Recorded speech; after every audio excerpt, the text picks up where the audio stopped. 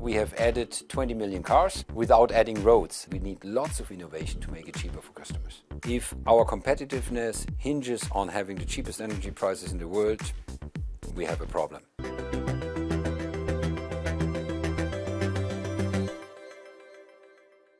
Welcome to The Big Question, the series from Euronews where we speak to some of the biggest names in business. I'm Hannah Brown, and today I'm joined by Leonard Birnbaum, CEO of E.ON and President of Eurelectric. Thank you very much for joining us. So let's start off looking at the big picture. What is your vision for European power over the next 10 years? It's actually a very hard intro question. It would be easier to give you a vision for 2050, how a renewable future would actually provide us with secure, resilient energy supply, actually also in very competitive terms. The vision for the next 10 years must be, how do we get the transition towards that future done? One element would be, if it's a positive vision, that we have achieved more electrification, because more electrification means more decarbonization, but also more competitiveness.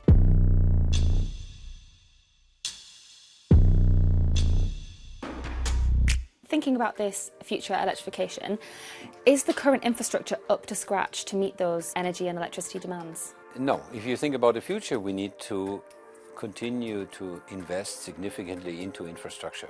First, one has to say the electricity infrastructure in Europe, in a global comparison, is actually very good. Brilliant. So it's not that we are starting from a bad base, but it's a bit like the analogy to cars. Now we have added 20 million cars without adding roads, and then eventually you run into trouble. And that's the same which we have done. We have added massive renewables, and now the reserves of the systems are just gone, and we need to add more infrastructure, i.e. more electricity roads, so that we can continue with the transition. So the infrastructure is more of a bottleneck than the renewables. So in terms of adding these electricity roads, I love that analogy, what investment is needed to get our infrastructure up to scratch? Roughly twice as much as today. Let me just explain why. Today we have an electrification rate of 23%. Okay. Roughly a quarter of our energy consumption is electricity.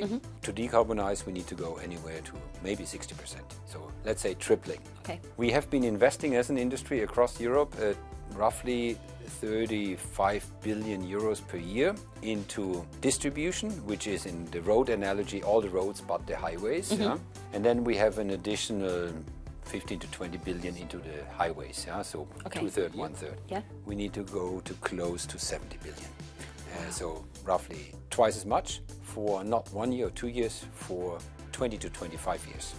So a lot more investments for a long time. Obviously a lot of money. Who will pay for it? In the end, consumers have to pay for it. And if not consumers, then taxpayers. But one of the two has to pay for it, because we can't actually swallow it as an industry. Just lower your margins. Because if I need to double investments, 30 billion, this is not the margin we're making, so it's impossible. We need to earn more so that we can invest more. And I would also make the point that even more expensive than investments is not investing. Because if we're not investing, then actually we get into the situation in which we have been 2 or 3 years ago. We get bottlenecks, we get then spiking prices, we get markets which can't actually work. And we have seen that the curtailment of energy due to the lack of infrastructure is actually more expensive than adding the infrastructure. I can give you a number. In Germany we are paying 4 billion a year only for curtailment, which is basically lack of infrastructure. Yeah. If I would take 4 billion as a depreciation, I could have invested 100 billion into an asset. And it would make much more sense to have 100 billion in an asset and have the depreciation than wasting 4 billion every year, which in the end, this money is just gone. And you just mentioned it's a way to get more secure. In recent years, we've seen a lot of instability globally and conflicts. Can electrification help us to become more secure in times of crises and protect us from that? Yes, it can, but there are two caveats. And so it can first, because it's more decentralized. So it's very hard to attack a decentralized system, which is also not depending on imports. Whilst, for example, we have seen that gas pipelines are vulnerable, right? Import pipelines are vulnerable. We have seen in the Red Sea that shipping is vulnerable. That all disappears if you go towards renewables. So yes, that can diversify, make you more resilient. The one caveat that you have is you need to work on cyber, because you're obviously building huge digital infrastructure, And this digital infrastructure will come under cyber attack. So you need to make it secure, you need to constantly work on the cyber issue. And do you think that infrastructure is currently quite vulnerable? To be very clear, cyber attacks on every infrastructure are the new normal. And it's not only electricity, every infrastructure is under constant attack, every company is under constant attack. And so the more important the electricity system comes, the more relevance it has for society to make sure that we protect it. It's a long journey to get to 100% electricity, but how do we get there and how long do you think it will take? On the electricity side, we are getting close. The current projections are that by 2040 we're basically fully renewable in electricity. And it depends now on the speed at which we transition to electric cars and to electric heating, heat pumps, how fast we can substitute fossils in the other sectors. But the current planning is that we will be done by that in 2050 in the EU. In that transition, do all the technologies that we need already exist, or what else is needed? That is an interesting question. Renewables exist. Distribution systems exist, and so you could say we have it. But I would argue we will probably see more innovation than we imagine. Like if 15 years ago you would have asked the same question, who would have told you, oh, AI would maybe be a good idea? And AI will be part of it.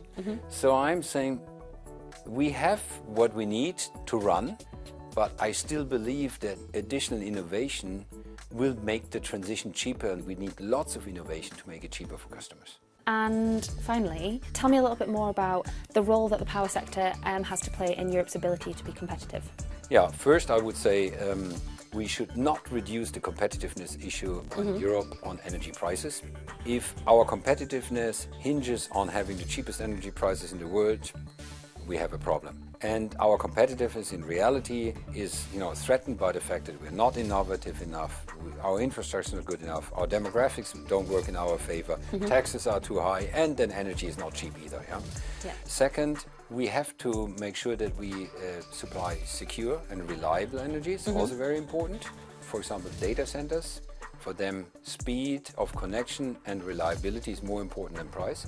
And the second one is obviously, especially for energy-intensive industries, the quest will be, how can we give them at least a price which makes them competitive at a global level? And this is also a task for the Commission to figure out how we can find the best way towards such a future. So quite a task ahead. It's actually an exciting industry. I love it. Brilliant. Well, thank you so much for sharing your thoughts today and for joining us on The Big Question. Thank you very much.